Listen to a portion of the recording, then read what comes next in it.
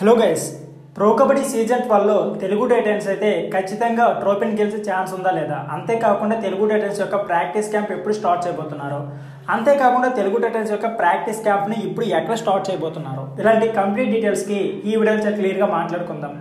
దానికంటే ముందు ప్రో కబడ్డీ సంబంధించి ఏ చిన్న అప్డేట్ అయినా సరే నాన్ స్టాప్గా మన ఛానల్లో వీడియోస్ వస్తూనే ఉంటాయి. సో వీడియోస్ మిస్ కాకుండా ఉండాలి అనుకుంటే మాత్రం మన ఎల్ఫై స్పోర్ట్స్ ఛానల్ని సబ్స్క్రైబ్ చేయడం మర్చిపోకండి.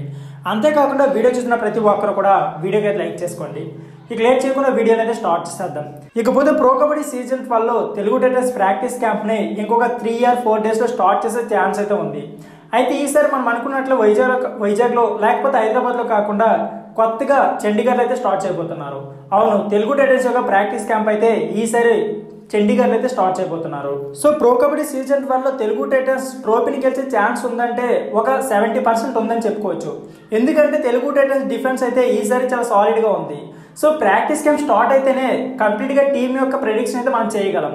ప్రెజెంట్ అయితే 70% అయితే ఈజీగా చెప్పవచ్చు. ఎందుకంటే తెలుగు టైటన్స్ రైడింగ్ డిపార్ట్మెంట్లో కొద్దిగా వీక్ ఉన్నా సరే డిఫెన్స్ మాత్రం సాలిడ్గా ఉంది. సో తెలుగు టైటన్స్కి సాలిడ్ డిఫెన్స్ ఉంది కాబట్టి ఖచ్చితంగా ఒక 70% అయితే మనమైతే ట్రోఫీని గెలుస్తుందని అనుకోవచ్చు. సో ఫ్రెండ్స్, ఇదే వీడియో. ఈ వీడియో వస్తే please like, share and subscribe channel. Thank you for watching. Telugu Titans trophy గెలుస్తుందా లేదా మీ అభిప్రాయాన్ని ఖచ్చితంగా కామెంట్ బాక్స్లో కామెంట్ చేయండి.